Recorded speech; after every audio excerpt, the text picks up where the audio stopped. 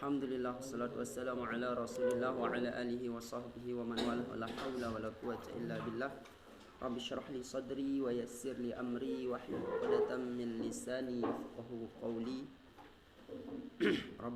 Rabbana zidna ilma warzuqna fahma. Allahumma salli ala sayyidina Muhammadin ibn Abdillah wa ala alihi wa sahbihi wa man walah. La haula wala quwwata illa billah. Nawaitu ta'allum wa ta'lima wa naf'a wal intifa'a wal ifadata wal istifadata wal hassu 'ala tamassuki bi kitabillahi wa sunnati rasulillahi sallallahu alaihi wasallam du'a ila al-huda wa dalalata 'ala al-khair ibtigha'a wajhillahi wa maradatihi wa qurbihi subhanahu wa ta'ala. Qala al-musannif rahimahullahu ta'ala wa nafa'ana bihi wa 'ulumihi fid darain. Ila anqal al-jahilu ya. Sahih? Loh. Sampai mana? Hah? Khamsah wa salasin. Wa fi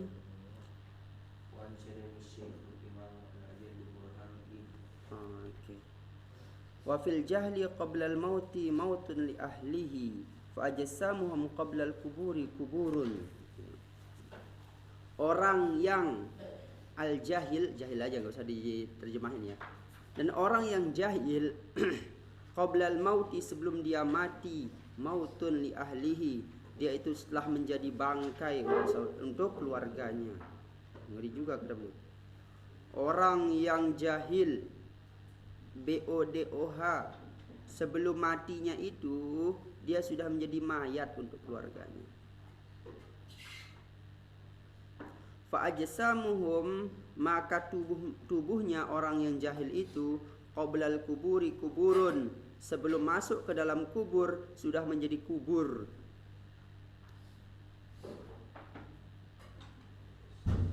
Wa inni mura'a lam yahya bil ilmi mayyitun, karena sesungguhnya manusia jika dia tidak hidup dengan ilmu maka dia itu sebenarnya sudah mati.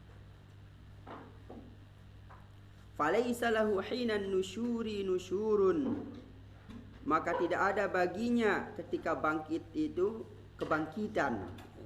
Maka tidak ada kebangkitan bagi orang yang tidak punya ilmu itu besok pada hari kiamat. Dalam artian itu la ada faidata fiha, ya, tidak ada faidahnya dia bangkit juga. Oh, ini juga ya. Ini untuk motivasi ya, untuk motivasi ya. Ketika kita tidak mementingkan ilmu dalam hidup kita, maka siogianya kita telah mati. Siogianya badan kita itu sudah menjadi kubur. Siogianya ketika nanti kita dikubur kemudian mau dibangkitkan ya sama saja. Wa qala ghairuhu, berkata selain beliau ya, akhul ilmi hayyun khalidun ba'da mautihi, orang yang mempunyai ilmu itu adalah hidup kekal ba'da mautihi, setelah matinya.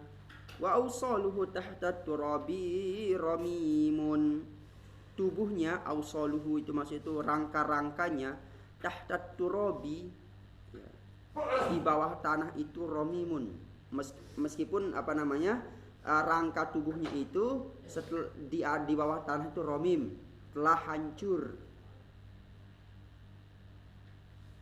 Sekali lagi, penuntut ilmu itu hidup kekal setelah matinya bersamaan dengan tubuhnya tahta turabi, di bawah tanah itu romim, telah hancur. Nah, wazul jahli mayyitun wa huwa yamshi 'ala tsara'u, ngeri juga. Dan orang yang jahil itu mati menjadi mayat, wa huwa yamshi 'ala tsara, bersamaan dia berjalan di atas sara. Apa tahta sara? Dalam surat Thaha itu dalam surat Thaha, Ar-Rahmanu 'alal 'arsy istawa, terus lahu ma fis samawati wa ma fil ardi wa ma bainahuma wa ma tahta sara. Sara itu juga dalam bahasa Indonesia itu enggak ada artinya ya. Saro ya, tapi di ini di tafsir ini ya Durrul Mansur itu yang Israiliyat ya, Ini gini. Di Durrul Mansur. Kalau saja ya.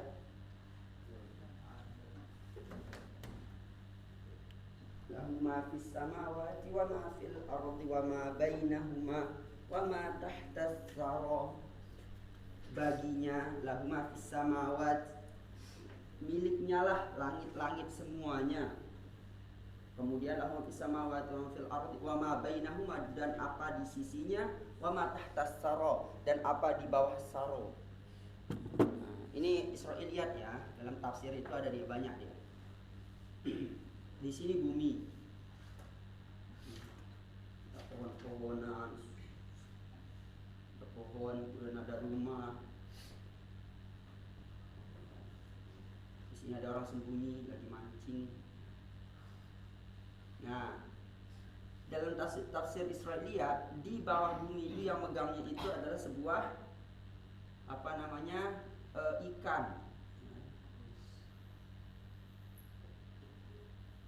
Nah, ikan apa namanya?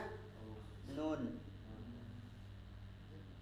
Kita tafsir dari nun wal qalami wa ma yasturun. Ini Israiliyat ya, Israiliyat. Tapi di tafsir Qurtubi ada, Durrul Mansur ada, dalam kitab At-Tabari ada. Jadi kitab-kitab besar itu ada ini tafsir ini. Nah, di yang memegang bumi ini adalah ikan nun. Nah, di bawah ikan nun itu ada air. Di bawah air ini ada batu, ya, ada batu besar. Di bawah batu ini ada banteng. Ada banteng, anggap ini banteng ya. Nah, di bawah banteng inilah saro itu. Di bawah banteng inilah saro. Saro. Berarti 1, 2, 3, 4, 5, 6. Nah, di bawahnya inilah tidak ada yang tahu, tapi ini adalah milik dari Allah. Nah, tapi kata Ibnu Katsir, hadza Israiliyat, ini adalah dongeng-dongeng orang Israel. Tapi di kitab-kitab besar itu ada dia, ya, ada dia di kitab-kitab besar itu tentang kisah-kisah ini ya. Tapi diartikan saro itu nggak ada artinya dalam bahasa Indonesia, tapi bahasa Arab itu ada gitu. Kayak kemarin pembahasannya istawa itu nggak ada arti dalam bahasa Indonesia. Ya. Wa huwa yamshi 'ala saro, dan ia berjalan di atas, ya kita terjemahin aja tanah ya. Saro ya, terjemahin tanah. Tapi tanah kan turab. Yuzannu minal ahya'i wa huwa adim, dan dia menyangka dalam hidupnya dia itu menyangka dia itu hidup, wa huwa adim, padahal dia itu adim, udah tidak ada. Udah tidak ada. Wa qala akhar, dan berkata yang lain, hayatul qalbi ilmun faktanim wa mautul qalbi jahlun fajtanib. Hidupnya hati itu dengan ilmu, maka perhatikanlah dia, dan matinya hati jahlun, karena kejahilan, fajtanibahu, maka hindarilah dia. Wa qila al ilmu tajun lil fata wal aqlu tauqun min zahab, ya. Ilmu itu adalah apa? Taj. Apa tajun? Mahkota lil fata, untuk para pemuda. Wal aqlu, dan akal itu adalah tauqun min zahab, ya, itu adalah pakaian dari emas. Wal ilmu nurun yatalazza, dan ilmu itu adalah cahaya yang menyala-nyala. Wal jahlu narun taltahib, dan kebodohan itu adalah api yang membakar-bakar. Ilmu adalah cahaya, ya, yang menyala-nyala, dan kebodohan itu adalah api yang membakar. Tapi pernah ada cerita ya, cerita ini cerita gurunya Gus Baha, Mbah Maimun ya, rahimahullah. Ketika itu ada permasalahan yang sulit dipecahkan, ya, sulit dipecahkan. Yang berpikir Mbah Maimun, orang-orang pintar tuh berpikir sampai berkerut kepala beliau. Ini gimana nyari nyelesaiinnya ya? Gimana ini? Dirapatkanlah berjam-jam, diinikan berjam-jam. Nah, setelah selesai rapat, capek banget Mbah Maimun ini untuk rapat ini untuk menyelesaikan masalah ini. Tiba-tiba beliau pergi ke warung. Pas ke warung ketemu orang ngopi sambil ngerokok, ketawa-ketawa. Ngopi, ketawa-ketawa. Mikir Mbah Maimun, enak juga jadi orang bodoh ya. Enak juga jadi orang bodoh. Itulah hikmah jadi orang bodoh.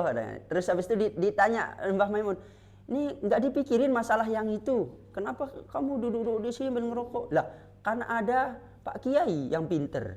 Kita nerima-nerima aja sambil ngerokok gitu. Berarti ada hikmahnya juga jadi orang apa namanya? Ya karena kalau terlalu pinter, overthinking itu bisa membunuh juga. Tapi jangan terlalu overthinking ya. Apa itu overthinking? Saking pinternya semuanya dipikirin. Semuanya dipikirin. Dia rakyat biasa dipikirin gimana cara kita bayar utang negara ya.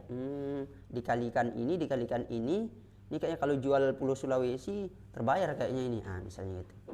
Dia pikirin semuanya. Ini apa namanya bintang-bintang tuh kok bisa begini ya, kok bisa begini. Akhirnya dia itu apa namanya meledak kepalanya. Habis itu gila. Nah, makanya kita nggak asing ada orang terlalu pinter gila, ya kan terlalu banyak pikirannya, overthinking namanya. Nah, tapi maksudnya di sini itu adalah ilmu hikmah ya, jangan terlalu overthinking dalam segala aspek itu, jangan terlalu overthinking. Pertama orang overthinking itu sulit tidur, Orang yang segalanya dipikirin, ya segala hal dipikirin sehingga dia nggak tidur orang overthinking itu. Lanjut. Wa ansyadani ustazuna Syekhul Islam Burhanuddin rahimahullah alaihi. Ustaz kami itu apa namanya mempunyai nazom ya. Mempunyai syair. Idzal ilmu a'la rutbatan fil muratibi. Sesungguhnya ilmu itu tingkat paling tinggi fil muratibi di dalam derajat-derajat. Maksudnya itu ilmu itu paling tinggi derajatnya gitu. Wa min dunihi izzul ula fil mawakibi. Dan selain dari ilmu itu izzul ula fil mawakibi. Izzul ula itu artinya mulia fil mawakibi, di bawah dari ilmu itu. Ya, anak buah daripada ilmu. Al mawakib itu anak buah. Maksudnya selain ilmu itu dia itu tetap mulia tapi di bawah ilmu gitu. Fadhil ilmi yabqa izzuhu mutadhafi'an. Karena sesungguhnya orang yang mempunyai ilmu itu akan kekal izzuhu, kemuliaannya, mutadhafi'an, berlipat-lipat. Wazul jahli ba'dal mauti tahta tayarib ya. Dan orang yang bodoh setelah matinya itu di bawah tanah. Makanya kita tahun 575 coba ada enggak yang dikenal orang-orang? Ada yang kita kenal tahun 676? Enggak ada. Yang kita kenal cuma Imam Nawawi. Kenapa cuma kita Imam Nawawi? Kan Imam Nawawi yang bukan masalah pinter, yang peduli pada ilmu. Ya. Ada yang dikenal pada tahun 676? Ada. Atau di Indonesia yang kita kenal ya orang-orang punya ilmu saja. Siapa contohnya? Soekarno. Pahlawan Indonesia siapa? Yang dari Aceh siapa yang dari Aceh? Tengku Umar, Cik Ditiro, Cut Nyadin, siapa lagi? Yuda ya. Aceh itu adalah ya seperti itu. Sumatera Utara contohnya siapa? Apa Sumatera Utara ya? Nasution, siapa namanya? Abdul Haris Nasution, nah, itu pahlawan Indonesia. Sumatera Barat, tapi yang paling banyak pahlawan Indonesia itu dari Sumatera Barat ya. Orang-orang cerdas itu di Sumatera Barat. Sultan Syahrir, Muhammad Yamin, Agus Salim, Muhammad Hatta, kemudian Saharudin, punya banyak.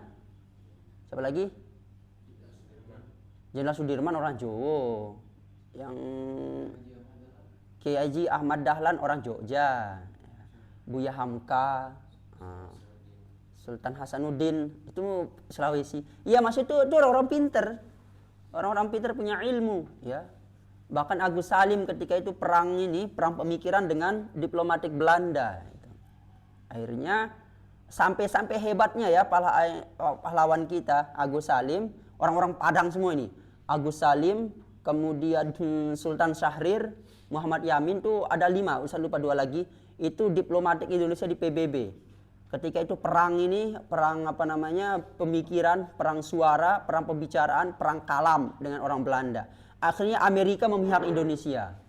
Ngeri kan? Sampai-sampai Amerika itu memihak Indonesia. Ketika tahun 48. Tahun 48 kita masih dijajah tidak? Masih. Kita itu baru diakui secara de facto itu tahun 1949. Lewat perundingan meja bundar itu. Ya, meja bundar ya.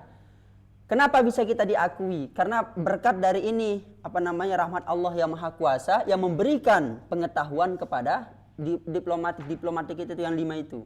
Akhirnya Amerika itu sampai berpihak sama Indonesia, sampai diancam Belanda sama apa namanya, Amerika. Jika engkau nggak kasih merdeka Indonesia, tak cabut semua ini bantuan, kata Amerika.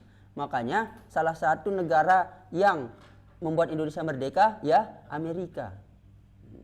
Amerika Serikat ya, yang mengancam Belanda ketika itu. Kan dia setelah kita merdeka datang lagi dia kan. Belanda itu datang lagi ke Indonesia tahun 45, datang dia. Pak Karno ditangkap, Pak Hatta ditangkap ya. Seluruh orang-orang penting Indonesia ditangkap. Nah, kecuali ada di Padang sana. Makanya ibu kota Indonesia setelah di Jakarta itu di mana? Bukit Tinggi, Sumatera Barat. Sumatera Barat ibu kota Indonesia. Ketika itu orang Indonesia, tentara-tentara Indonesia udah nyerah. Udahlah, kita udah akui Belanda aja lah, negara kita udah nggak ada lagi. Pak Karno ditangkap, Pak Hatta ditangkap, semua pemimpin Indonesia ditangkap. Kemudian dari apa namanya, dari Sumatera Barat sana ada Cahaya, tiba-tiba disiarkan di radio, Indonesia masih ada, Indonesia masih ada, saya presidennya. Siapa nama beliau itu? Safarudin ya, Syarifuddin yang Afwan, Syarifuddin Peraja Negara. Syarifuddin nama beliau itu, orang Padang.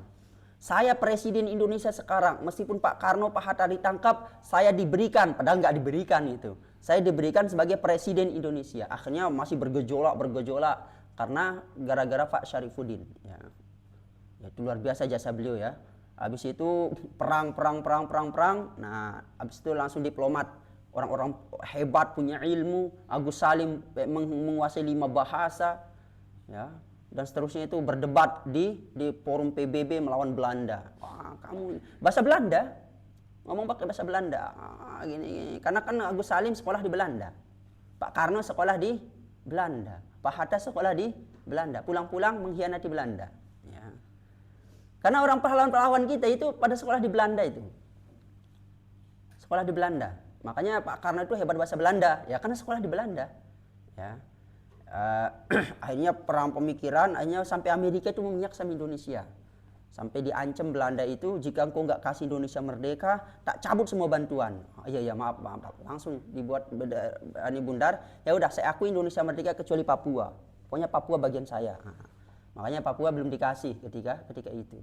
Nah, beberapa tahun kemudian Pak Karno ini kan ambisius orangnya, mengatakan ini Papua ini kayaknya kita ambil aja ya. Ambil enggak? Ambil aja. Diambil. Perang langsung antara Belanda lawan Indonesia. Akhirnya dibuatlah voting. Seluruh orang Papua disuruh voting. Milih Indonesia apa milih Belanda?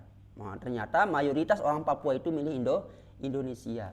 Sehingga Indonesia disebut Irian. Ya. Irian itu ada kepanjangannya, Ustaz lupa.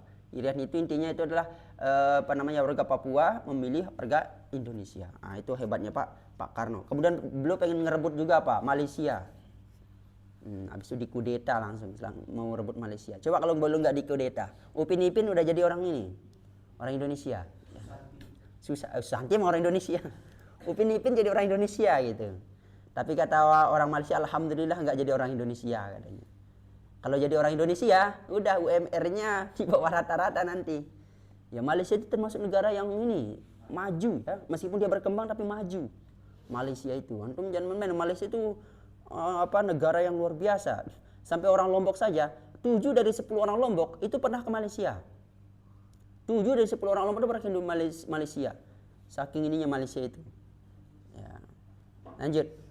Fahaihata la yarju madahu manirtaqo ruqya waliyul mulki waliyul kataibi. Fahaihat ya. Maka apa haihat itu? maka jauhilah kebodohan itu. La yarju madahu manirtaqa, tidaklah dia mengharap tempatnya yang tinggi orang yang naik. Wukiya waliyul mulki walil kataibi. Jadi orang yang ini syair ya, jadi antum agak bingung ininya ya, ini syair. Jauhilah la yarju madah, tidaklah ada harapan yang tinggi, manirtaqa orang yang naik kalau dia kebodoh ya. Ruqya, dinaikkan waliul mulki. Apa nama waliul mulki itu? Orang yang mempunyai kerajaan. Walil kataibi, dan juga akan dinaikkan orang yang kapileri. Kapileri itu apa? Tentara, apa bahasa kita kapileri itu ya? Tentara-tentara yang mempunyai kendaraan ya, dengan ilmunya. Dengan ilmunya. Makanya kita sebut apa Hamas itu yang biasanya itu siapa pimpin Hamas yang pakai topeng itu? Enggak, yang pakai topeng itu loh, yang sering Assalamualaikum warahmatullahi wabarakatuh. Ya ahibba al-muslim. Abu Ubaidah. Loh, kok nggak ada yang tahu ini? Abu Ubaidah ya, yang meninggal kemarin dibom sama Israel. Abu Ubaidah ya. Oh, itu yang sebagai topeng itu namanya Katibul Qassam ya, namanya katib ya. Katib itu artinya yaitu kapeleri.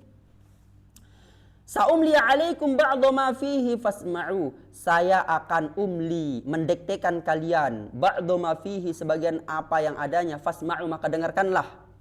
Fa fi hasrun an zikri kullil manaqibi. Padanya itu ada ringkasan an zikri dari zikir-zikir kemuliaan. Ya, manaqibi kemuliaan. Huwa an-nuru kullun nuri yahdi 'anil 'ama. Ilmu itu adalah cahaya. Kullu nuri yahdi, setiap cahaya yang memberikan petunjuk, 'anil 'ama, kepada apa 'ama itu? Pada orang yang buta.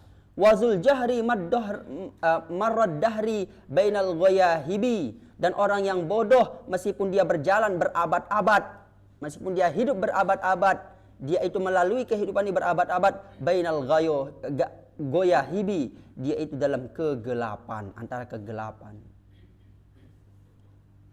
Huwa zirwatus syamah, huwa zirwatus syama'u tahmi manit taja. Dia itu orang berilmu itu puncak, tahmi minat taja. Apa tahmi itu? Hama yahmi ya. Dia itu ada di puncak, tahmi minat taja ilaiha wa yamshi aminan minan nawatibi ya. Dia itu apa namanya? Puncak tahmi, yang dia berjalan minat taja, di dalam keberuntungan ya, orang yang punya ilmu.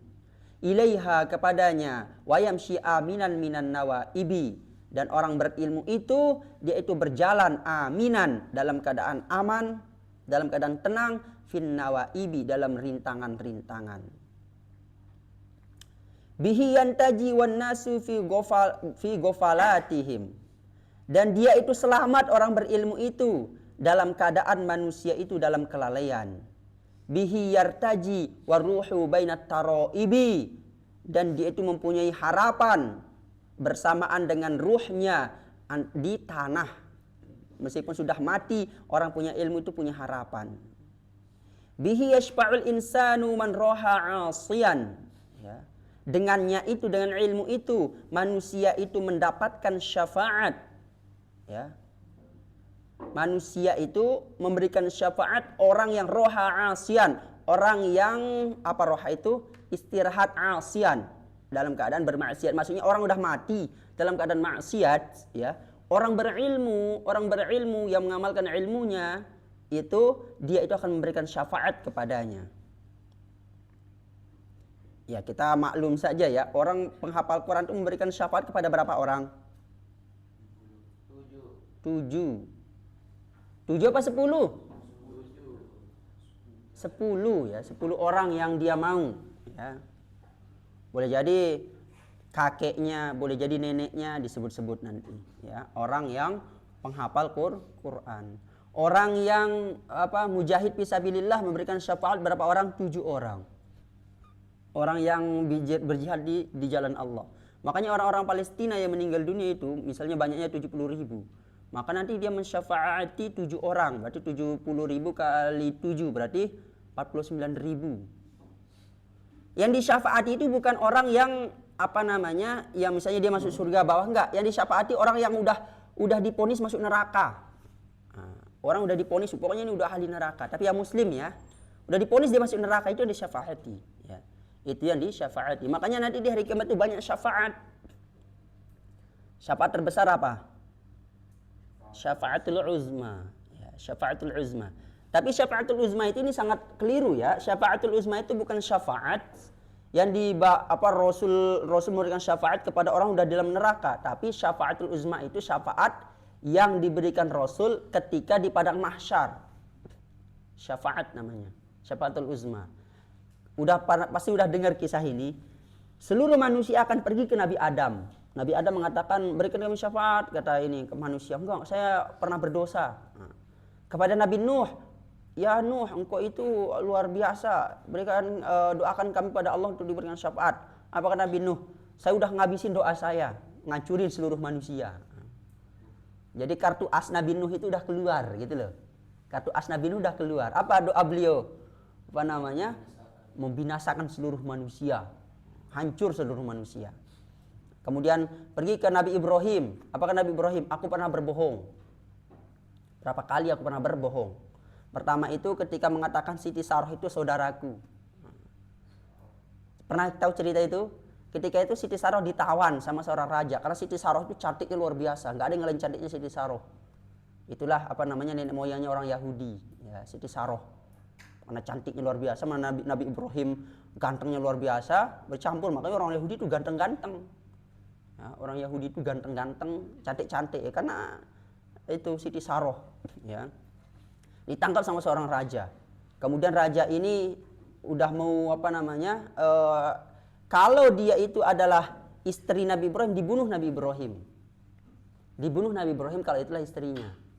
Tapi kalau dia mengatakan saudaranya, nggak dibunuh, cuma diambil doang Siti Saroh. Nah, ditanya Nabi Ibrahim habis itu, ya Ibrahim, apakah ini saudaramu? Apakah ini istrimu? Enggak, ini saudara saya. Nah, Siti Saroh kan marah ketika itu kan. Saya sebut ini. Hanya disuruh pergi Nabi Ibrahim, Siti Saroh ditangkap. Nah, pas mau ditiduri Siti Saroh sama raja ini, dia lihat tanda-tanda pada Siti Saroh. Akhirnya dia minta maaf langsung. Ampun, ampun suhu, ampun suhu. Hanya Siti Saroh dilepaskan. Untuk memberikan rasa, apa namanya, memberikan maaf ya. Raja itu langsung manggil Ibrahim. Ya Ibrahim, maaf ya, udah ini saya nggak berani sama istrimu. Karena istrimu ini adalah pokoknya luar biasa gitu. Akhirnya diberikanlah seorang putrinya raja ini. Nama putrinya adalah Siti Hajar. Siti Hagar. Ya. Dan raja itu raja Mesir. Raja itu raja Mesir. Makanya Siti Hagar kalau ininya itu. Siti Hajar itu orang Mesir. Ya. Diberikan kepada Nabi Ibrahim. Tapi riwayat orang Yahudi mengatakan Siti Hagar adalah budak dari Siti Saroh. Katanya. Itulah budak dari Siti Saroh. Apa namanya? Hagar itu. Ya, Siti Hajar. Kemudian Siti Saroh kan mandul. Kemudian mengatakan, ya udah Ibrahim nikahilah ini Hajar. Pas nikah ternyata punya anak. Gitu. Setelah punya anak cemburu besar Siti Saroh. Keluar, pokoknya nggak mau saya lihat Siti Hajar di sini. Nah, akhirnya Allah nyuruh Siti Hajar sama Nabi Ibrahim. Nabi Ibrahim disuruh untuk membawa Siti Hajar ke sebuah tempat yang tidak ada penghuninya. Di Baka namanya, di Mekah. Ya, Baka.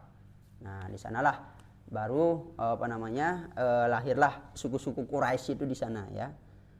Nah, makanya orang Yahudi menganggap orang-orang Arab yang sekarang itu adalah cucu dari budaknya Siti Saroh.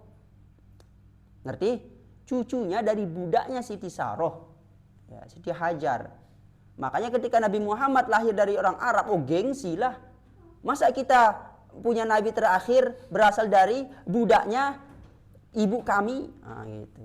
Nggak mau kami, gitu kata orang-orang Yahudi. Padahal Siti Hajar itu adalah putri raja. Siti Hajar adalah putri raja yang diberikan kepada Nabi Ibrahim.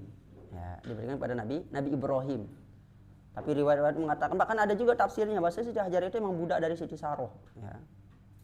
Nah, ternyata setelah lahir apa namanya Ismail, Isma artinya adalah apa? Ini bahasa apa namanya, bahasa Ibrani itu. Isma artinya mendengar, artinya adalah Allah, pendengaran Allah. Jibra Ya. Kemudian Israel.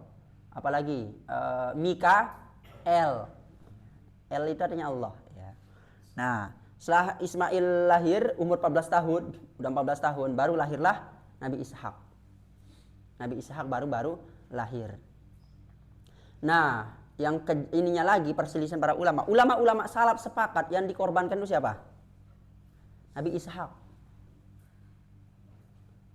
Mayoritas sahabat dan tabi'in setelahnya itu mengatakan mayoritas itu yang disembelih itu Ishak. Bahkan dalam Alkitab disebut yang disembelih itu Ishak. Ayo. Baru tahu kan? Sepakat ulama mayoritas sahabat ini dalam kitab tafsir At-Tabari. Tafsir paling besar dalam ilmu tafsir. Mayoritas sahabat dan para tabi'in setelahnya itu bersepakat yang disembelih itu Ishak. Ya. Akan tetapi ulama-ulama mu'tabar setelah itu yaitu Imam Ibnu Katsir dan seterusnya mengatakan bahwasanya yang disembelih itu Ismail. Mana yang benar? Kedua-duanya itu muktabar ya. Allahu a'lamu bishawab, mana yang paling benar ya. Karena dalam Al-Qur'an enggak disebut siapa yang disembelih. Ayo ada disebut, enggak ada di Al-Qur'an disembelih siapa? Falamma balagha ma'ahu as-sa'ya qala ya bunai. Ya bunai saja. Enggak ada ya Ismail, enggak ada. Itu penafsiran yang mana Ismail. Kalau Ustadz apa? Ya jelaslah Ismail lah ya. Nabi Ismail ya, yang disembelih. Tapi kita harus menghargai yang mengatakan yang disembelih juga Nabi Ishak ya. Disembelih adalah Nabi.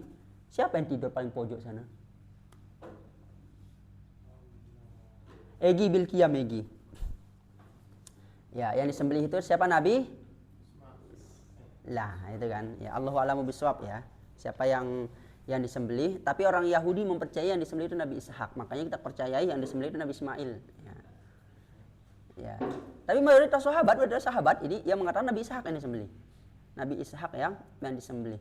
Karena Nabi Ishak itulah yang akan menurunkan banyak nabi. Coba dari Nabi Ishak Nabi siapa turun? Yusuf, Yakub, Yusuf, Syuaib, Musa, Harun, Daud, Sulaiman, Ilyas, Yunus, Zakaria, Yahya, Isa. Tapi dia nggak tahu dari sulbinya Nabi Ismail nanti turun nabi yang bisa mengalahkan seluruh nabi itu, ya, yaitu adalah Nabi Muhammad sallallahu alaihi wasallam. Makanya di sanalah orang Yahudi itu nggak terima. Yo, nabi kami yang dikorbankan kata orang Yahudi, Nabi Ishak dikorbanin, terus ibunda kami Siti Saroh yang paling mulia, loh masa nabi terakhir dari anak budak katanya, dan seterusnya ya. Ya itu kedengkian orang Yahudi ya. Makanya orang-orang dengki itu ya mirip orang Yahudi. Hah? Oh ya, sahabat Utsman itu ya. Habis itu Ibrahim, habis itu ke Nabi Nabi Isa. Ya. Nabi Isa, ya Isa, ya engkau adalah Ruhullah. Ya. Berikan kami syafaat. Loh enggak bisa, aku disembah loh. Seluruh mayoritas manusia nyembah aku kata Nabi Isa. Mayoritas manusia loh nyembah Nabi Isa. Coba, agama terbesar di dunia agama apa? Kristen. Terbesar di dunia agama Kristen. Berarti mayoritas manusia di dunia ini nyembah Nabi Isa. Ya. Mayoritas manusia itu menyembah Nabi Isa. Ya. Nabi Isa mengatakan ya itu, loh aku disembah ini, gimana aku memberikan syafaat? Nah, kemudian Nabi Muhammad ya sallallahu alaihi wasallam didatangi. Nah, Nabi Muhammad punya kartu as, satu kartu as yang belum sampai sekarang masih belum dikeluarkan. Apa itu? Ketika dilemparkan kotoran unta, ketika dilemparkan batu di Taif. Dilempar sampai gigi geraham Nabi itu berdarah. Kemudian semua malaikat-malaikat di sekitar itu berdoa, ya Rasul, kami hancurkan semua orang Taif ini. Nah, pemikiran Rasul apa? Disimpan doa itu. Doa itu disimpan. Nanti akan dikeluarkan. Ya, bahasa kita itu kartu as, dikeluarkan nanti pas hari kiamat. Nah, itu doa Rasul itu masih disimpan sampai sekarang. Dan itu diperuntukkan terpenting itu kepada umatnya. Diperuntukkan seluruhnya kepada umatnya. Itu Rasul sallallahu alaihi wasallam. Nah, makanya bahkan orang kafir ketika itu apa katanya? Enggak apa-apalah saya masuk neraka, yang penting padang mahsyar udah selesai katanya.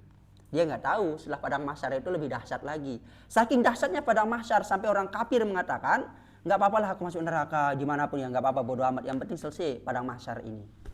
Makanya syafaatul uzma itu untuk mengakhiri padang mahsyar itu. Kemudian nanti ada syafaat-syafaat lagi dari Rasul untuk umatnya yang udah mau masuk neraka. Ada diskon-diskon besar-besaran di sana. Ya. Para orang-orang yang syahid datang, mau nyapa hati siapa? Itu aja, 1, 2, 3, 4, 5, 6, 7. Kemudian santribu BMS, ya. Berapa banyak? 32. Datang. Loh, ini penghafal Quran semua ini ya? Iya. Ayo, pilih. 10. Nah, ambil 10. Nah. Iya, betul. 10 gitu. Ya. Berapa banyaknya berarti? 300 ini udah dikasih syafaat. Tapi penghafal Quran yang asli, ya. Bukan penghafal Quran yang bajakan, ya. Ya. Faman romahu romal ma'ariba kullaha. Dan siapa saja yang tujuannya itu lillahi ta'ala. Ya, ma'arib itu adalah tujuan akhirat. Wa man hazahu qad haza kull matalibi. Dan siapa saja yang mendapatkan tujuannya yaitu akhirat, qad jaza kullal matalibi, qad haza kullal matalibi, kan maka sungguh dia telah mendapatkan tujuannya, ya, telah mendapatkan apa yang dia tuntut. Nah, ijlis egi, pagi-pagi orang bersemangat ini tidur. Huwal mansibul ali ya sahibal hijah. Dia orang yang mempunyai ilmu itu mansibul ula, mansibul ali, mempunyai derajat yang tinggi. Ya sahibal hijah, wahai sahabatku yang tinggi. Iza niltahu hawin bifautil manasibi. Ya.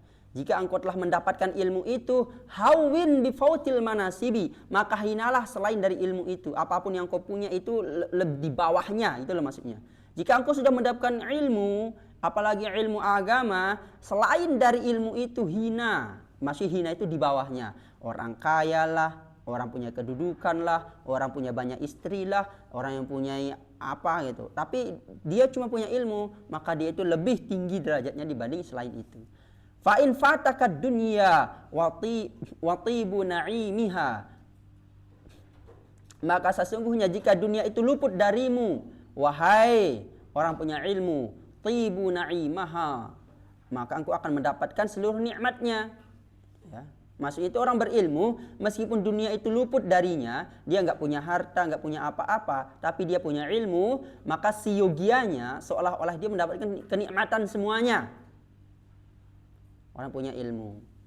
Fagommit, maka pejamkanlah mata. Fa innal ilma khairul marahibi, karena sesungguhnya ilmu itu sebaik-baik anugerah. Wa qila fi hadzal ma'na, dan dikatakan dalam sebuah makna, idza ma i'tazzazu ilmin bi ilmin fa ilmul fiqhi aula bi i'tiraz. Sesungguhnya apa yang mulia dari selain ilmu, jika ada lebih mulia daripada ilmu, nah itu maksudnya, jika ada lebih mulia pada ilmu dengan ilmunya, maka fa ilmul fiqhi, maka ilmu fikih aula itu lebih mulia bi i'tirazi. Dalam masalah pembawaan, maksudnya itu, maka perhatikan. Makanya orang yang jadi imam sebenarnya dalam ilmu fikih, siapa yang pertama kali ditunjuk jadi imam? Ahli fikih yang pertama. Bukan yang paling merdu suaranya, tapi yang paling ngerti hukumnya. Ya. Maka misalnya ada orang ahlinya ahli fikih, suaranya biasa-biasa aja gitu. Sama ahlu qiraat, mantap qiraatnya. Mana lebih didahulukan? Ahli fikih. Kemudian dia ini ahli fikih, suaranya merdu, mantap gitu. Dua-duanya mantap. Siapa yang didahulukan? Yang paling banyak ilmunya. Oh, sama-sama ilmunya Pak Ustadz. Suaranya juga sama-sama merdu. Kemarin pada juara 1 bingung jurinya. Apakah dia juara 1 atau juara 2 saking para merdunya. Siapa habis itu didahulukan? Yang lebih tua. Ini di masyarakat ya, di masyarakat yang lebih tua baru. Ini enggak, kita di masyarakat itu didahulukan siapa? Yang lebih tua. Yang lebih tua, ya didahulukan. Fakam tibin yafuhu wala kamiskin. Betapa banyak ya, betapa banyak tibin yafuhu, parfum yang harum, Wala kamiskin, tidak seperti misik. Misk itu apa? Kasturi. Parfum itu banyak, tapi tidak ada yang lebih harum daripada kasturi maksudnya. Ilmu itu banyak, tidak ada yang lebih mulia dibanding ilmu fikih. Nah, makanya fikih itu luar biasa ya. Antum belajar fikih nanti setelah Quran ya. Misk seperti kasturi. Kasturi itu apa? Minyak wangi dari sekarang juga ada misk dari apa? Dari kijang. Kasturi itu dari kijang. Kijang di sini tuh dia punya kayak semacam apa di perutnya itu. Di perutnya itu ada kayak semacam daki-daki gitu. Kalau bilang daki ya daki. Nah, dakinya itulah diambil. Itulah yang jadi kasturi itu. Minyak kasturi, minyak kijang itu. Jangan main-main. Maka di Cina itu diternakkan kijang, bukan diambil dagingnya, tapi diambil dakinya, ada dakinya di perutnya itu diambil, itulah jadi minyak kasturi. Baru tahu itu dari kasturi. Jadi pernah ayah Ustaz tuh suka banget sama luwak white kopi ketika itu. Suka banget luwak white kopi. Mantap. Habis itu Ustaz kasih tahu. Pak, suka minum luwak white kopi ya. Itu dari ini, kotoran luwak. Sampai sekarang nggak minum-minum. Oh, ini dari tanah air luwak. Ya, tanah air disingkat dengan tanah air Indonesia ditingkat. Ya. Sama kayak misik itu parfum paling harum, dia itu dari daki, bukan daki sih istilahnya, itu ada di perutnya itu kayak kelenjar, itu diambil, disedot. Kijang. Wa kam tairin yatiru wala kabazi, dan betapa banyak burung yang terbang, tidak seperti Raja Wali. Maksud itu betapa banyak burung yang terbang, hebat terbangnya, tapi tidak ada yang mengalahkan Raja Wali. Betapa banyak parfum yang harum, tidak ada yang mengalahkan kasturi, dan betapa banyak ahli ilmu, tidak ada yang mengalahkan ahli fikih. Itu maksudnya. Kalau Ustaz enggak setuju ya Raja Wali yang paling hebat terbangnya. Yang paling hebat apa? Falcon. Burung falcon yang paling hebat. Maka disebutkan burung falcon itu burung tercepat di dunia. Makanya pesawat terhebat Amerika itu disebut dengan F-35. F itu falcon. Ya, falcon. Makanya lihat ya pesawat-pesawat Amerika itu dia itu dibuat lambang F. F-35, F-15, F-16, F-25. Kenapa? Artinya falcon. Ya. Burung falcon paling cepat di dunia. Ya, Raja Wali ya nomor 2 lah. Karena burung falcon itu dari berapa kilo itu udah bisa dilihat mangsanya. Raja Wali juga sama. Tapi kalau antara kekuatan, kalau berantem Raja Wali yang menang. Ya. Karena falcon kecil, nggak terlalu Raja Wali itu gede dia. Pernah tetangga Ustadz nangkap Raja Wali sampai mukanya itu habis di sini. Maksudku sampai dicakar, ini pada berdarah semua untuk nangkap satu Raja Wali. Ya. Lanjut. Wa unsyidtu aidan li ba'dihim, dan aku diberikan nasyid ya, disenandungkan beberapa syair ya. Al fiqhu anfasus syai'i anta dakhiruhu man yadrusul ilma lam tadrus mana mafakhiruhu.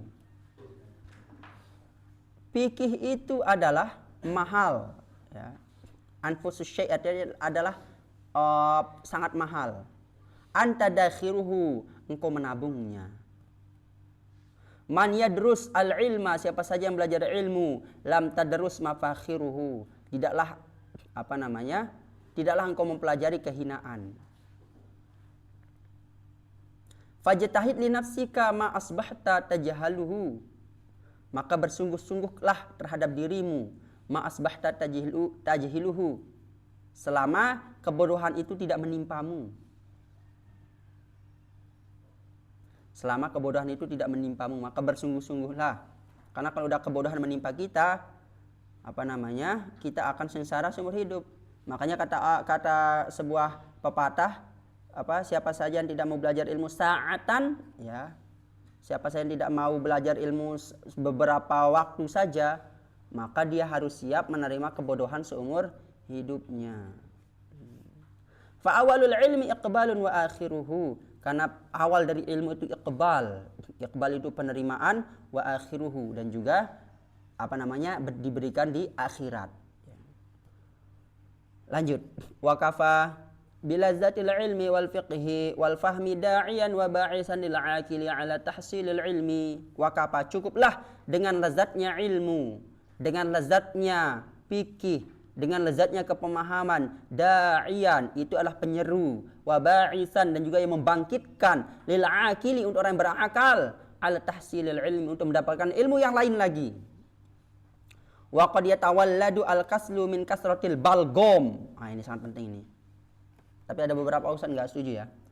Dan kadang-kadang ya, kemalasan itu lahir min kasratil balgom, dari banyaknya dahak. Yang sering-sering itu biasanya itu kemalasan itu lahir dari sana. Ya, orang yang banyak dahak. Warutubat, yang punya banyak cairan tubuh. Yang di sini di hidungnya banyak itu, hijau lagi warnanya. Itu biasa malas. Gimana caranya Ustaz? Wa tariqu taklilihi, dan cara untuk menyedikitkannya, untuk menghilangkannya atau biar dia itu sedikit, ya si balgom itu, taklilut ta'am. Maka perkecil makan. Jangan banyak makan, itu maksudnya. Tapi lebih spesifik lagi zaman sekarang ya, untuk menghilangkan balgom itu jangan terlalu banyak makan nasi. Lebih baik banyak makan lauk yang terutama protein ya. Protein itu perbanyak. Ayam, ikan itu perbanyak. Tapi dengan catatan dikurangi nasinya. Ini enggak, nasinya segunung. Lauknya secumit gitu. Itu yang nyebabin orang malas. Ya, malas tuh kayak gitu. Full karbo. Karbo itu penyebab malas. Nah, gitulah bahasa gitu. Karbo penyebab malas itu. Terlalu banyak makan nasi. Makanya Ustaz sekarang itu nasi itu cuma dikit aja. Saya cuma 2 ini, tapi lauknya gitu. Kalau protein, tapi kalau protein itu perbanyak aja protein, ya. Protein itu nggak bikin gendut. Antum jangan khawatir. Protein itu nggak bikin gendut. Maka dia akan bikin Ustaz gendut. Enggak lah ya. Enggak kan? Loh, nggak percaya? Ustaz udah ngukur tinggi Ustaz itu 169. 169 atau 170 kalau nggak salah. Berat Ustaz 72. Berarti masih belum gendut, ideal itu masih. Pakai ilmu itu masih ideal itu. Ya. Karena antum ngelihat orang berat itu dari beratnya enggak. Antum lihat beratnya sama tinggi badannya. Nanti maksudnya ada rumusnya nanti. Ada orang yang udah dianggap paling gemuk, misalnya tingginya 150, 150. Kemudian beratnya itu 80. Nah, itu baru yang udah ideal ya. Kalau Armansyah berapa tingginya? 163. Loh, masa tinggian Ustaz? 163, 164 ya. Lihat aja di situ alatnya. Atau alat itu yang salah ya? Coba mana lebih tinggian, Ustaz apa Armansyah? Oh ya, nanti Ustaz duitnya di sini. Ya. Beratnya berapa Armansyah? 62. 164, 62 ya, idealis ya. Siapa lagi? Ihsan. Berapa tingginya? Tinggi juga ya, 172. Beratnya? 87. 85. Nah, kurangi nasi ya. Ya, Muharir berapa tingginya? Tingginya berapa? Kurang tahu. Itu ada alat. Kita udah belikan alat itu untuk nyuruh tinggi. Maksudnya apa? Supaya antum tahu tinggi antum, biar ini ya. Lanjut panjang ceritanya nanti. Ya. Kita banyak makan itu bikin malas, ya. Banyak makan bikin malas, jarang olahraga juga bikin malas. Banyak olahraga juga bikin malas. Biasa-biasa saja gitu. Jangan terlalu banyak, jangan terlalu ini ya. Kemudian, qila dikatakan ittafaqa sab'una nabiyan, telah sepakat ya, 70 nabi. Ala anna nisyana, sesungguhnya lupa itu min kasratil balgom, dari banyaknya dahak. Dikit-dikit berdahak, wek wek wek wek. Sampai istri Ustadz di sini tuh marah terus, lagi makan, santri wek katanya di situ. Jangan ya, pas lagi makan. Teman antum lagi makan gak usah kayak gitu. Ya. Meskipun Ustadz biasa-biasa saja, tapi istri itu gak bisa makan udah. Ya Ustadz awas dengar nanti ketika istri Ustadz di sini lagi pas masih jam makan loh, jam makan. Karena ada jam makan kita. Dia dia itu depan ini loh, ininya itu depan kamar Ustadz. Wek gitu. Siapa yang paling gede ketawanya? Iya. Antum ini di sana lah di WC, silakan aja di WC atau agak jauh sana gitu. Temen antum pasti ada juga yang jijik gitu loh. Yang gitu. Gede lagi suaranya itu. Kayak nggak bersalah. Nah, habis itu lanjut makan langsung. Nah, gitu. Dan orang yang banyak itu artinya itu adalah banyak dahaknya. Wa kasratul balgham min kasratis syurbil ma, dan orang yang banyak dahak itu kan terlalu banyak minum. Wa kasratus syurbil ma min kasratil akal, orang yang banyak minum itu disebabkan karena banyak makan, ya. Dan orang yang banyak makan itulah yang menyebabkan malas. Ya, berarti ujung-ujungnya di sini disindir itu banyak makan. Sebenarnya banyak makan itu ya yang penting proteinnya, jangan karbo ya, jangan karbo. Karbo itu ya itu nasi ya. Tapi kalau Ustaz lihat yang badan-badannya masih ini ya banyak aja, tapi jangan terlalu banyak ya. Misalnya Albani, jangan terlalu banyak ya. Makan-makan ya ini aja ya. Protein yang banyak ya, protein. Ya. Ustaz dulu pemikirannya gitu, kalau kita banyak, karena Ustaz selesai mondok itu kurus banget. Kurus sekali. Akhirnya Ustaz balas dendam jadinya kan. Dendam. Pas jadi Ustaz kan balas dendam gitu itu. Nah, itu. Kalau kata Ustaz Ari itu makannya itu makan kuli, Ustaz Ari. Masa orang santri yang banyak-banyak makan nasi disebut dengan makan kuli. Nah, nasi porsi kuli kata Ustaz Ari. Ya, seperti itu. Enggak apa-apa. Ada juga emang teman Ustaz juga gitu. Ada dikit makannya. Teman Ustaz dibukakan dulu ngajar, sekarang dulu di Yaman. Itu belum puasa itu puasa Daud.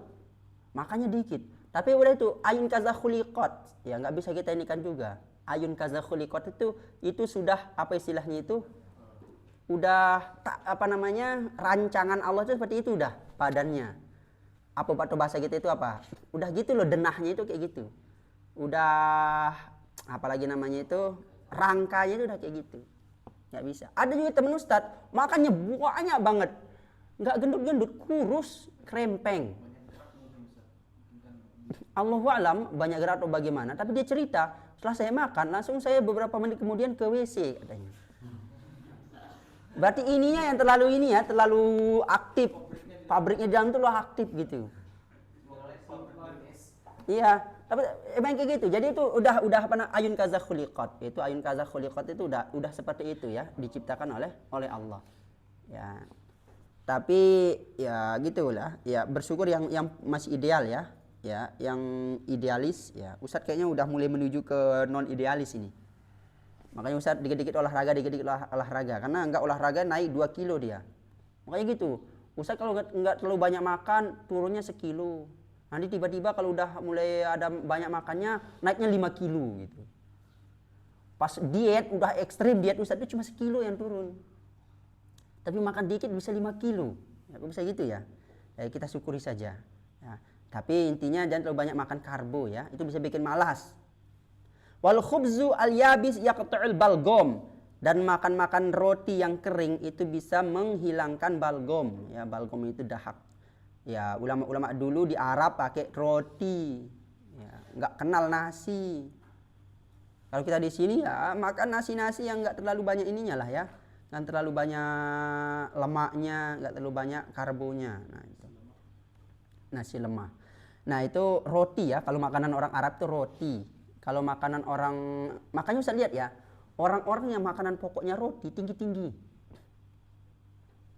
Negara-negara yang makan makanan pokoknya roti itu tinggi-tinggi. Kenapa bisa gitu ya? Karena sedangkan orang-orang yang makan nasi pendek-pendek. Orang Indonesia coba, Ustadz ketika ke Bali itu tanding, kan Ustadz anggap diri Ustadz tinggi nih. Anggaplah meskipun nih. Ke Bali itu ketika itu di ini Nggak ada apa-apanya itu sama lihat bule-bulean dari Finlandia, dari Norwegia, dari Swedia. Tingginya itu menjulang itu. Kalau berantem itu udah mati duluan kita ya. Kali ditendang itu udah. Ya. Seperti itu ya. Karena ini kata ini ya. Ustadz bisa menunjukkan ada sebuah bukti. Korea Selatan dengan Korea Utara. Atau Korea Selatan kan. Yang itu loh, yang artis asli Korea yang Lee Min Ho, DLL itu. Korea Utara, lihat Korea Utara. Kecil-kecil orang Korea Utara itu. Pendek-pendek, kecil-kecil. Sedangkan orang Korea Selatan itu tinggi-tinggi. Sampai mau tinggi-tinggi kayak orang Amerika, orang Korea Selatan itu. Saking tinggi-tingginya. Berarti salah satu penyebab pendek-pendek itu juga dari makanan. Dan juga tinggi juga dari makanan. Makanya orang Korea Selatan itu lihat orang Korea Selatan itu tinggi-tinggi orang Korea Selatan itu. Dan Korea Utara itu pendek-pendek, kecil-kecil, kurus-kurus, imut-imut. Ya, orang Korea Utara itu. Antum nggak pernah lihat tentara-tentara Korea Utara? Kecil-kecil, imut-imut, kurus gitu. Oh, kecuali presidennya ya. Karena banyak presidennya masa nggak makan gitu. Ya, itu. Makanya orang Belanda ini menurut penelitian ya, orang tertinggi di dunia itu orang Belanda. Karena orang Belanda setiap hari itu wajib minum susu. Orang Belanda setiap hari itu wajib minum susu. Protein ya, susu sapi maksudnya. Jadi diminum itu susu sapi yang alami. Itu setiap hari itu wajib dia minum susu. Jadi minum susu itu adalah minuman kayak dia minum air gitu. Makanya tinggi-tinggi orang Belanda. Makanya itulah pemikiran dari presiden kita untuk menciptakan namanya MBG. Biar kita itu tinggi-tinggi ya. Tinggi-tinggi, nggak kalau main bola itu menang kita body-bodyan. Ya, Ustadz ketika Indonesia lawan Thailand malu Ustadz nonton. Main Thailand gini body udah terbang kita. Coba lihat aja Indonesia dan Thailand main bola. Kita pemainnya kurus-kurus, pendek-pendek, lemah kalau body-bodyan. Coba lihat Thailand. Wah, gini.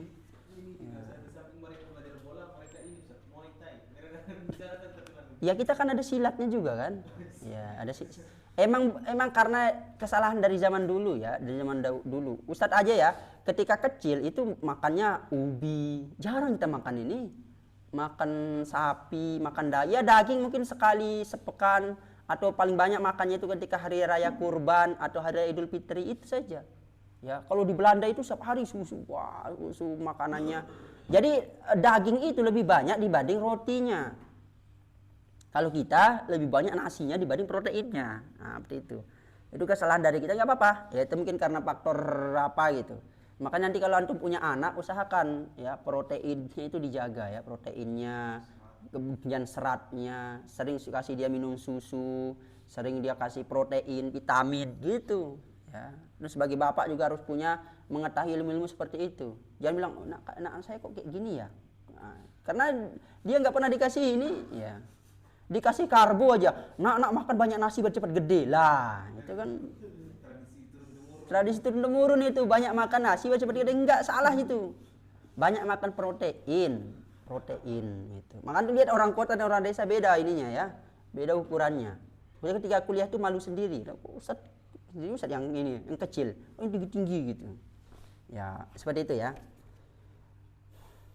Salah satu juga penyebab kecerdasan itu naik dengan makanan yang tinggi protein. Makanya orang Belanda itu termasuk IQ-nya tinggi. Orang Belanda itu. Kenapa? Karena dikit-dikit susu, dikit-dikit sapi, dikit-dikit makan daging-dagingan ya. Itu di Belanda ya. Dia negara paling tinggi di dunia itu orang Belanda. Tertinggi di dunia itu Belanda. Sampai rata-rata tinggi itu kalau nggak salah itu 100 berapa itu? 180 atau 180-an. Halan itu orangnya tinggi, tapi kalau dirata-ratakan semuanya lebih tinggian Belanda. Itu loh. Rata-rata itu rata-rata mereka gitu. Oh, satu dari sekian, boleh jadi yang lain itu pendek gitu loh. Kalau Belanda itu rata-rata tinggi orangnya. Ya. Dan orang Belanda itu wah, cerdas luar biasa ya. Ya. Kita pun bisa juga mengikuti itu. Makanya orang Arab termasuk cerdas-cerdas orang Arab itu sebenarnya. Yang sekarang ya, cerdas-cerdas orang Arab itu. Ya gimana nggak cerdas, makanannya itu unta bertiga ya. Lihat orang Arab makan itu. Nah, tapi ada nasinya ya itu nyoba ini. Benar orang Arab itu cerdas-cerdas. Makanya kata guru Ustadz, orang Arab itu kelebihannya itu hebat berdagang. Orang Arab itu hebat bisnis. dua negara yang paling hebat bisnis itu Cina sama Arab. Tuh lihat orang Arab, dikit-dikit sultan, dikit-dikit apa Habibi. Itu orang-orang Arab itu emang cerdas-cerdas orang Arab. Ya, tapi cepat terpecah belah orang Arab itu. Kenapa cepat terpecah belah? Karena darahnya darah panas orang Arab. Kenapa darah panas? Gurun. Ya. Terpercit sedikit aja ini konflik langsung. Kita kalau ada sedikit konflik demo kan gitu, demo, takbir. Kalau di Arab enggak. Sedikit ini bawahnya basoka, kemudian AK-49, apalagi pakai granat, pakai gitu. Faktor cuaca mempengaruhi. Makanya orang Arab tuh keras-keras, kita nggak kaget orang Arab keras-keras. Tapi yang salahnya itu tradisi Arab dibawa ke sini, keras-kerasnya. Iya benar. Dari lahjanya orang Arab aja keras saja. Innallaha, misalnya innallaha yuharibun nasa. Dari cara ngomong saja udah membangkitkan semangat untuk berperang. Ya, kalau orang Sunda diajak kayak gitu nggak nyambung. Ya, kita mengambil tradisi Islam dari Timur Tengah, tapi tidak kita ngambil tradisi Arab. Tradisi Arab itu terpecah belah. Benar, bayangin aja, negaranya satu, bahasanya satu. Arab itu bahasanya satu, bahasa apa? Bahasa Arab. Sukunya satu, terpecah 22 negara. 22 negara Arab itu nggak bisa bersatu. Antara Yordania dengan Palestina, padahal Yordania dan Palestina satu Syam namanya. Lebanon, Yordania, Suriah, Palestina itu satu ini. Kenapa kan pemikiran kenapa nggak bersatu aja? Kan gitu nggak bisa masanya. Karena orang Arab itu nggak bisa bersatu. Ya. Dari dulu orang Arab itu selalu terpecah. Kenapa? Sedikit konflik udah pecah orang Arab itu. Kenapa bisa itu? Karena dari cuaca, ya. dari cuaca. Untuk cek aja negara-negara yang iklim panas itu biasanya itu panas juga orangnya gitu. Dan negara-negara yang iklimnya dingin biasanya itu agak slowly. Coba lihat Sunda. Orang Sunda itu dingin-dingin tempatnya. Orang Sunda itu nggak ada yang marah-marah Sunda. Silakan, apa bahasa Sundanya itu? Mangga. Kok bahasa Jawa? Mangga. Nah, gitu. Makanya Ustadz punya guru itu orang Bandung. Ketika marah, kita nganggap nggak marah. Apalagi orang Bandung itu ngomong la haula wala quwata illa billah. Ya, kalau di sini panas ya. Ya. Lu agak panas ya. Di sini senggol dikit main busur ya. Iya di mana itu? Di mana itu kemarin itu? Sampai tukang apa yang bawa motor tuh kena busur. Palopo itu ya? Ngeri juga ya. Ya karena daerah kita panas di sini jadi dikit-dikit main bacok ya. Emang gitu. Suhu itu bisa mempengaruhi sifat manusia juga. Suhu itu benar. Tuh suhu mana? Dingin, makanya dia tuh biasa-biasa aja orang Korea. Kan begitu. Biasa-biasa aja. Konflik bisa diselesaikan. Di Arab tuh nggak bisa. Ya. Di Arab tuh nggak bisa diselesaikan untuk ini permasalahan itu. Iya, dia cuma kayak bersitegang tapi nggak perang kan sampai sekarang. Biasa-biasa aja gitu. Ancam-ancam habis itu udah selesai. Kalau di Arab ancam-ancam udah main bom langsung. Ya gitu. Main basoka, main ini. Makanya Ustadz punya telegram khusus. Kenapa yang perang itu orang Arab aja isinya? Yang disalahkan Amerika, disilihkan Yahudi. Padahal sebelum Amerika ada, sebelum Yahudi ada. Emang hobinya orang Arab itu perang. Hobi orang Arab itu perang. Makanya Rasul diturunkan di sana. Coba diturunkan di Indonesia. Kan begitu. Kenapa Rasul diturunkan di Arab? Karena di Arab itu yang hobinya ini. Ya. Hobinya dikit-dikit perang, dikit-dikit main basoka, dikit-dikit main ini, main itu gitu. Kita pakai mercon, dia pakai apa? Pakai nuklir ya, orang-orang Arab itu. Makanya cara memecah belah orang Arab gak usah dipecah belah, cuma dikasih dikit aja ini, dikit kompor udah meledak langsung. Ya seperti itu. Makanya nggak tahu orang Arab tuh udah sadar orang Arab itu dia tuh dipecah belah atau terpecah belah. Tapi emang nggak bisa. Coba antum bisa dudukkan nggak orang orang Saudi dan orang Yaman? Nggak bisa duduk. Saudi dan orang Yaman nggak bisa duduk. Bawanya dikit-dikit sancurigai. Beda guru udah perang. Dan itu mau dibawa ke sini. Itu loh masalahnya, dibawa ke Indonesia. Beda guru gak mau saling duduk. Bawaannya pengen baku hantam. Ya, itu yang ini. Kita di Indonesia apa? Jangankan yang jangankan yang sama ini, yang beda agama saja ngopi bareng. Di Indonesia ini yang beda agama ngopi bareng. Cek aja, Ustaz pernah dipijit sama orang ini, orang Toraja Kristen. Nyantai-nyantai aja ngopi, di ini kan ya. Ya, biasa-biasa aja gitu. Karena Indonesia itu emang gitu, bawanya lembut tapi cepat terbawa arus. Orang Indonesia itu sifatnya lembut, tapi cepat terbawa arus. Kenapa cepat terbawa arus? Karena saking lembutnya. Cepat pindah agama, cepat percaya yang hoax, cepat percaya ini, cepat percaya itu. Orang Indonesia itu sifatnya gitu. Makanya antum gak kaget ada orang yang mu'alaf 7 kali. Mu'alaf habis itu murtad, mu'alaf murtad. Gitu. Orang Indonesia itu cepat terpengaruh. Ya. Summa amanu, summa kafaru, summa amanu, summa kafaru, summa amanu, summa kafaru. Nah, ya seperti itu. Kalau orang Arab, kalau udah meyakini A itu sulit tuh berubah. Orang Arab. Udah meyakini A itu sulit tuh berubah. Lebih nyawanya yang hilang. Orang Arab tuh kayak gitu, lebih nyawa saya yang hilang dibanding ini saya yang keyakinan saya yang diinikan. Kalau di Indonesia mikir-mikir dulu, nah, kayaknya bisa besoknya bisa ini kita ini, itu bisa dinego-nego. Nah, orang Indonesia. Ada plus minusnya ya, orang Arab dengan orang kita ya, orang Indonesia. Tapi yang terpenting kita harus mengetahui kultur kita orang Indonesia, kultur orang Sulawesi, ya orang Jawa. Tapi nggak pernah Ustaz menemukan ya, ini masih belum menemukan ya. Orang sangat lembut ngomongnya kecuali orang ini, orang antara Solo, Jogja, sama pokoknya Surakarta itu ya Allah cara ngomongnya itu.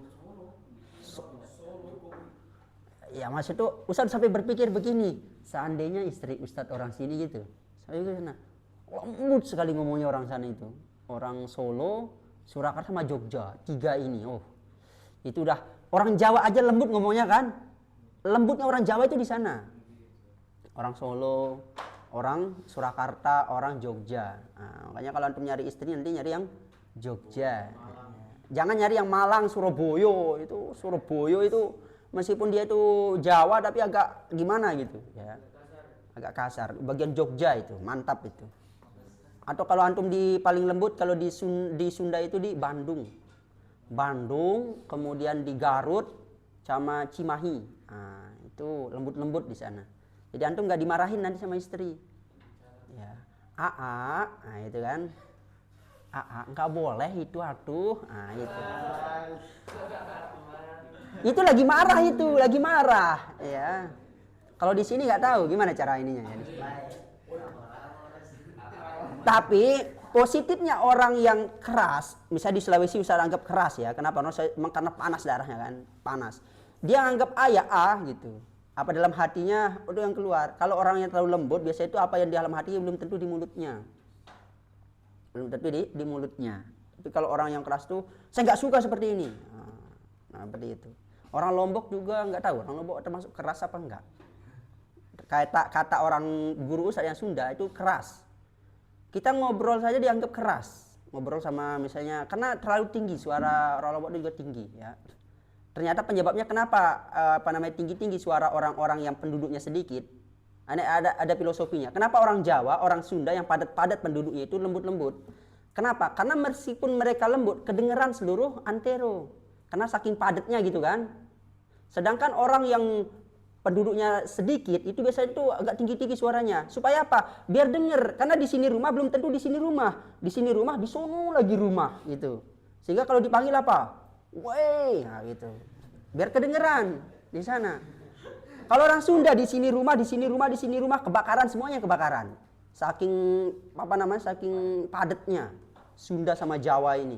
Ya, Jawa adalah kunci. Ya, seperti itu ya. Ada pertanyaan? Tadi Ustaz kasih tentang ini orang Yahudi orang berilmu. Berarti orang-orang yang Yahudi itu sebagian menguasai ekonomi dunia itu berarti itu juga yang dimaksud dengan itu. Iya. Walaupun tidak belajar ilmu agama. Gini. Orang paling cerdas di dunia itu orang Yahudi. Ada dalam surah apa? Surah Ad-Dukhan. Coba bisa surah Ad-Dukhan. Waqtarnahum ala ilmin 'alal 'alamin. Itu dikatakan oleh Allah kepada orang Yahudi di surah Ad-Dukhan. Waqtarnahum ala ilmin 'alal 'alamin. Wahai orang Yahudi, kami pilih engkau dalam masalah ilmu kepada seluruh alam. Kemudian Nabi Ishak yang nenek moyangnya orang Yahudi disebutkan apa? Wa basyaruhu bighulamin alim. Kalau Nabi Ismail disebut apa? Wa basyarnahu bighulamin halim. Beda. Ilmin alim. Makanya benar, orang-orang Yahudi itu memang pinter-pinter, cerdas-cerdas, punya banyak ilmu. Ya, punya banyak ilmu. Disebutkan sih benar, orang kafir yang punya ilmu dimuliakan di dunia. Einstein, nggak ada yang hina-hina Einstein. Ada yang menghina Einstein. Bahkan dianggap, luar biasa Einstein, mantap ini kan. Kenapa dia punya ilmu? Hatta orang kafir kalau punya ilmu itu termulia, meskipun di dunia saja gitu. Nah, ini maksudnya itu ilmu apa namanya? Ilmu hidayah. Dia punya ilmu plus dia punya hidayah. Gitu. Orang Yahudi punya ilmu dan dia itu dimuliakan loh di dunia ini orang Yahudi. Ya, Mark Zuckerberg. Ya, antum kesannya kalau dia Muslim Mark Zuckerberg itu berapa pahalanya? Siapa lagi? Elon Musk. Ya, dan seterusnya ya. Jadi orang Yahudi, benar orang Yahudi paling banyak ilmunya di dunia ini. Tidak ada yang mengalahkan mereka. Kita akui sendiri. Ya, orang-orang Yahudi. Ya. Kemudian ya dan seterusnya ya untuk hal itu. Ya, jadi masalah kemuliaan itu benar dengan ilmu, kemuliaan. Kalau orang kafir tetap dia mulia tapi di dunia. Kalau orang yang muslim dia itu mulia dunia dan akhirat. Ya. Makanya tidak ada yang menghina-hina ilmuwan meskipun dia kafir. Coba ada yang menghina apa namanya Isaac Newton. Laknat Isaac Newton, nggak ada. Saya dengar nggak pernah. Isaac Newton bahkan disebut-sebut ilmunya, kan begitu. Isaac Newton tuh luar biasa ininya. Bahkan apa namanya penemu Archimedes misalnya, itu nggak ada yang menghina Archimedes. Nah, penemu-penemu yang ilmuwan itu nggak ada. Yang dihina-hina itu siapa? Fir'aun, ya. Korun. Ya Korun itu juga punya banyak ilmu, tapi karena kesombongan, ya dan seterusnya ya. Jadi orang meskipun dia kafir kalau dia punya ilmu termulia. Di mana? Di dunia. Kalau orang muslim dia punya ilmu, dia mulia dunia dan akhirat. Orang muslim nggak punya ilmu, gimana kalau itu? Orang muslim nggak punya ilmu mati sebelum matinya. Dan Allahu ayyakum ajma'in. Subhanakallahumma bihamdika asyhadu an la ilaha illa anta astaghfiruka wa atubu ilaik. Akhirul kalam. Assalamualaikum warahmatullahi wabarakatuh. Oh, udah 541. Nah, betul.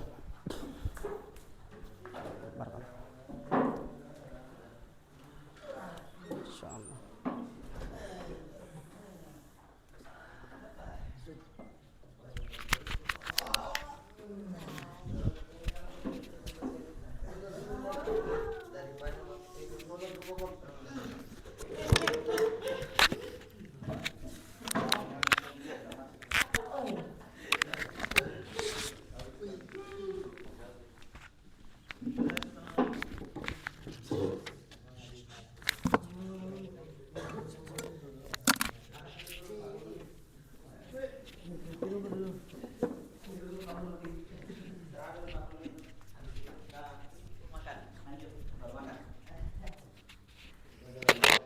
Mic-nya udah bagus. Mikrofon